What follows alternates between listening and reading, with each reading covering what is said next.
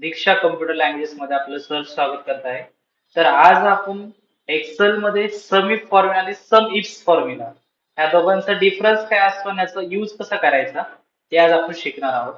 तर पहिल्यांदा बघा सम इफ म्हणजे काय असते. जर आपल्याला एक कंडिशन दिली असेल तर आपण सम इफ वापरतो आणि जर आपल्याला एकापेक्षा जास्त कंडिशन असेल तर आपण सम इफ्स वापरतो. जसं की फॉर एक्झाम्पल सम इफ फॉर्म्युलेचं कसं असतं.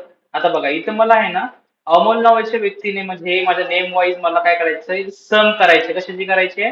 क्वांटिटीची.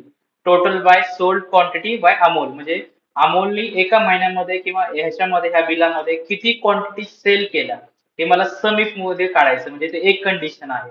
तर इथे कशा प्रकारे फॉर्म्युला येणार. तर सम इफचा फॉर्म्युला बघा कसा आहे. इक्वल टू करायचं. जेव्हा आपल्याकडे एक कंडिशन असते म्हणजे एक क्रायटेरिया असतो तेव्हा आपण सम इफ वापरतो. जेव्हा आपल्याकडे एकापेक्षा जास्त क्रायटेरिया असतो तेव्हा आपण एकापेक्षा जास्त क्रायटेरियासाठी आपण काय वापरतो सम इफ्स. त्याच्या पुढे एस लागला म्हणजे समजायचं की तुम्ही एकापेक्षा जास्त कंडिशन लावू शकता. तर बघा एक वेळा मी फॉर्म्युला लावून दाखवेल तुम्हाला.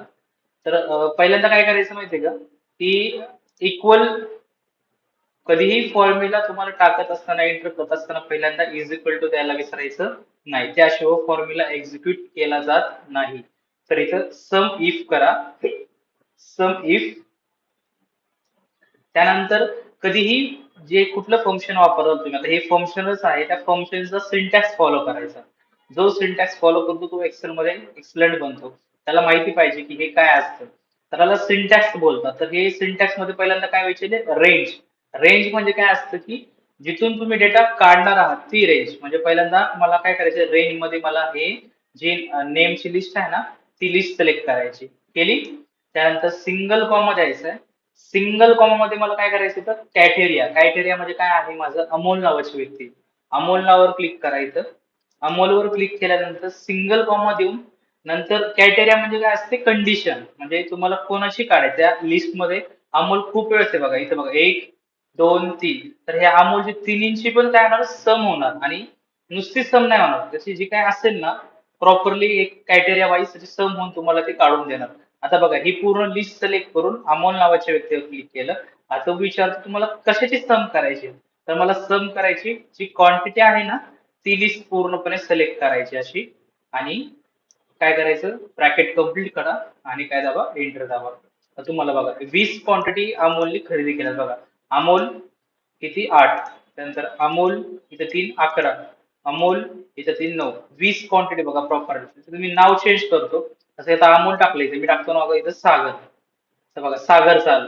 आता इथे मी नाव टाकतो राम. तर ते ऑटोमॅटिक फिल्टर होऊन तुम्हाला ते काढून येतं म्हणजे सम इफ फॉर्म्युला कधी यूज करायचा ज्याचे आपल्याला सम नाही काढायचे आपल्याला कंडिशन लावून सम काढायचे असेल तेव्हा आपण सम इफ फॉर्म्युला वापरतो.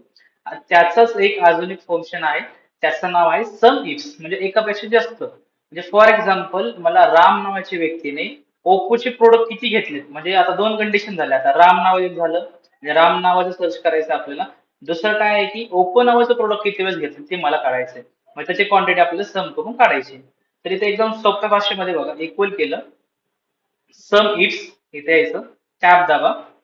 आता पहिल्यांदा विचारले त्यांनी सम ऑफ रेंज म्हणजे कशाची सम करायची आपल्याला करायची क्वांटिटी करायची ना. क्वांटिटी लिस्ट सिलेक्ट करा पूर्णपणे. क्वांटिटी लिस्ट सिलेक्ट केल्यानंतर ह्याला सिंगल कॉमा द्या.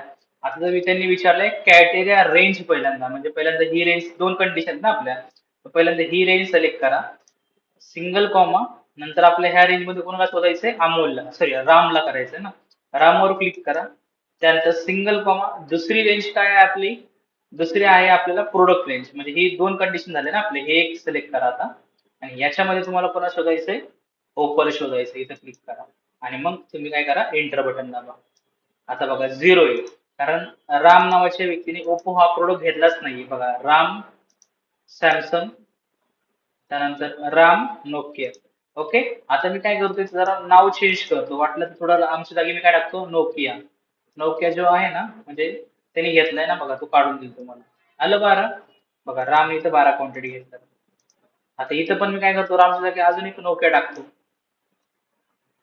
बघा ऍड झालं इथं 3 15. म्हणजे सांगायचा उद्देश एवढाच आहे की सम इफ मध्ये काय असतं की आपण एक कंडिशन लावू शकतो आणि सम इफ्स मध्ये एकापेक्षा जास्त कंडिशन, जसं की फॉर एक्झाम्पल राम नावाच्या व्यक्तीने नोकियाचे प्रोडक्ट किती खरेदी केले, क्वांटिटी किती खरेदी केल्या, दोन कंडिशन झाल्या राम आणि नोकिया. तर दोन लिस्ट सिलेक्ट करून तुम्ही असं काढू शकता.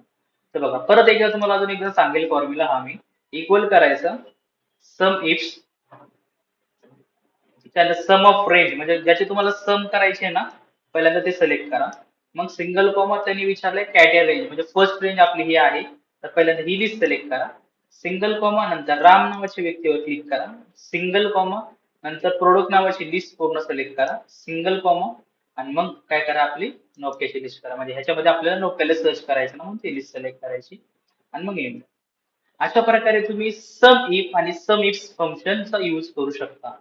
आणि ह्याची जी प्रॅक्टिस फाईल आहे हे मी तुम्हाला डिस्क्रिप्शन मध्ये देत आहे, ती फक्त डाउनलोड करून त्याच्यावर तुम्ही प्रॅक्टिस करा. धन्यवाद.